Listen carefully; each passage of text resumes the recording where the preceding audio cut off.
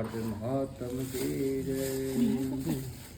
एक समय नारद जी श्री व्यास जी से पूछने लगे कि हे व्यास जी, गृहस्थ आश्रम सब आश्रमों से उत्तम क्यों माना गया है? तब व्यास जी ने कहा कि जैसे हम नदियाँ समुद्रों में आश्रय पाती हैं, ऐसे सब जीव माता का आश्रय पाकर के ही जीवित रहते हैं। 6 प्रकार के भिक्षुक यानी 6 प्रकार के भिक्षुक, ब्रह्मचारी, सन्यासी, विद्यार्थी, गुरु पूजक, यात्री तथा जीविका का रहित से ये सब गृहस्थियों का आश्रय पाते हैं। फिर व्यास जी बोले कि हे नारद जी, यानी कि अब तुम अति पुण्य देने वाले एक पुरातन इतिहास सुनिए। उत्तानपाद राजा का एक पुत्र उत्तम था, जो बड़ा ही बलवान और मदिरा पीने वाला था। उसने बहुला नाम वाली स्त्री के साथ विवाह किया। राजा रानी दोनों ही अति प्रेम के साथ रहने लगे। एक समय राजा ने वैश्या का नृत्य देखते हुए मदिरा पान किया और रानी को भी मदिरा का पान करा दिया। यानी परंतु रानी ने उसका कहना नहीं माना, पर इस राजा ने क्रोधित होकर के अपने अनुचरों को आज्ञा दी कि वह रानी को किसी निर्जन वन में छोड़ के आवें। तत्पश्चात राजा रानी के वियोग में दुखी तो हुआ, मगर उसने दूसरा विवाह नहीं किया और प्रजा का पुत्र के समान पालन करने लगा। एक समय एक ब्राह्मण राजा के पास आकर के कहने लगा कि हे राजन, कोई मेरी स्त्री का अपहरण करके ले गया है। उसके वियोग में मैं अति दुखित हूँ, इसलिए तुम उसे ढूंढने की कृपा करो। राजा कहने लगे, हे महाराज, यानी कि मैं नहीं जानता कि आपकी स्त्री कौन और किधर और कहाँ ले गया, अतः मैं आपकी स्त्री कैसे ढूंढ करके ला सकता हूँ। ब्राह्मण कहने लगा, हे राजन, 6ठा भाग लेकर के आप प्रजा के आरक्षक हैं। मेरी स्त्री घर में सो रही थी और वहाँ से उसे कोई हर के ले गया है, उसे चुरा के ले गया। उस प्रकार आपका कर्तव्य है कि आप उसे कहीं से ढूंढ करके लावे। तब राजा ने कहा, हे विप्र, मैंने तुम्हारी स्त्री को कभी देखा तक नहीं कि मैं उसे कैसे स्वभाव और रूप वाली है।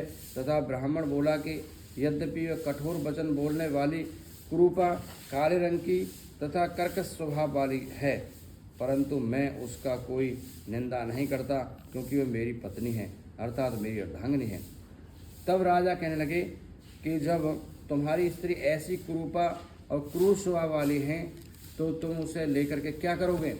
तो मैं अति सुंदर और कल्याणकारी दूसरी स्त्री ला करके दे सकता हूँ। राजा ब्राह्मण से कहने लगा कि राजन, मेरी स्त्री मेरे धर्म और कर्म की अर्धांगिनी है, उसकी रक्षा करना मेरा परम धर्म है। जो अपनी स्त्री की रक्षा नहीं करता, उसकी वर्णशंकर संतान उत्पन्न होती है और उसके पितर नरकगामी होते हैं। जो मनुष्य वैश्यागमन होता है उसका कल्याण नहीं होता। जो मनुष्य ऋतु काल के पश्चात स्त्री के साथ भोग नहीं करता, उसके पितर और एक मास उसके रुद्र में तैरते हैं। ब्राह्मण के ऐसे वचन सुनकर के राजा अपने शस्त्र लेकर के रथ पर सवार हुआ और चारों ओर घूम घूम करके फिर उसे स्त्री को खोजने लगा। कुछ दूर जाकर के उसने एक आश्रम देखा, जहाँ जाकर के महान तेजस्वी राजा कुशा पर बैठे हुए आसन पर विराजमान थे। राजा को देख करके भी उसे राजा ने कोई उत्तर आदर सत्कार नहीं किया। तो बोला, मैं जानता हूँ कि तुम राजा उत्तानपाद के पुत्र हो, मगर तुम यहाँ किस कारण आए हो? राजा कहने लगा कि मैं मुने, यानी कि ब्राह्मण के घर से कोई उसकी स्त्री को हर के ले गया है और मैं उसी को ढूंढने के लिए खोज करने आया हूँ। यानी परंतु आपने अर्घ आदि कुछ भी नहीं दिया और ना ही किसी प्रकार का सत्कार किया। ऋषि से ऐसे कहा, इसका क्या कारण है?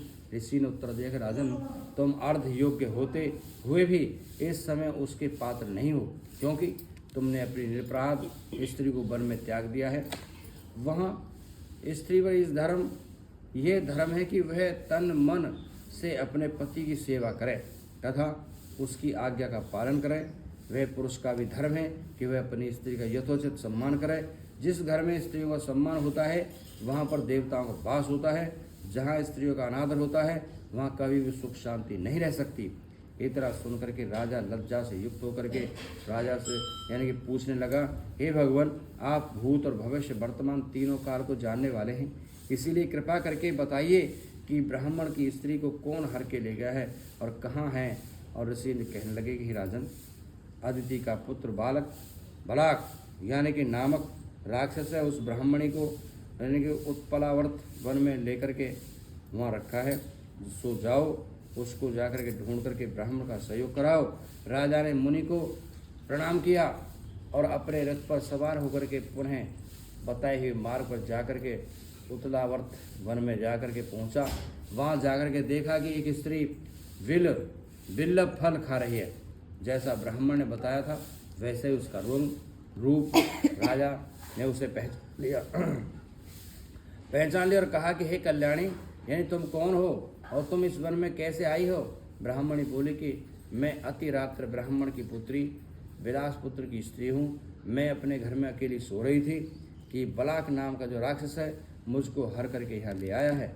यहाँ आने के बाद न तो उसे किसी बात का कष्ट दिया, मुझे कोई कष्ट दिया है, ना ही मेरा सत्य नष्ट किया है, न कोई चेष्टा की है।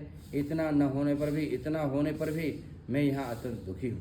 राजा ने कहा, हे ब्राह्मणी, यानी कि वह राक्षस कहाँ है? यानी कि मुझको तुम्हारे पति के ढूंढने के लिए यहाँ भेजा है। तो आपके पति ने मुझे भेजा है। यानी ब्राह्मणी ने कहा कि वह वन के अमुक स्थान पर कोई स्थान बता दिया। वहाँ राजा ने ब्राह्मणी के बताए हुए स्थान पर जाकर के राक्षस को देखा। राजा को देख करके राक्षस उसके पैरों में गिर पड़ा और कहने लगा, राजन मुझे क्या आज्ञा है? राजा ने कहा कि हे निशाचर, तू इस स्त्री को यानी ब्राह्मणी को क्यों लेकर आया है? राक्षस कहने लगा कि राजन, जो हुआ सो हुआ, अब आप मुझे जो आज्ञा देंगे प्रसन्नतापूर्वक मैं आपका आज्ञा का पालन करूंगा। बोलो विष्णु भगवान की जय। तब राजा ने कहा कि हे निशाचर, यानी कि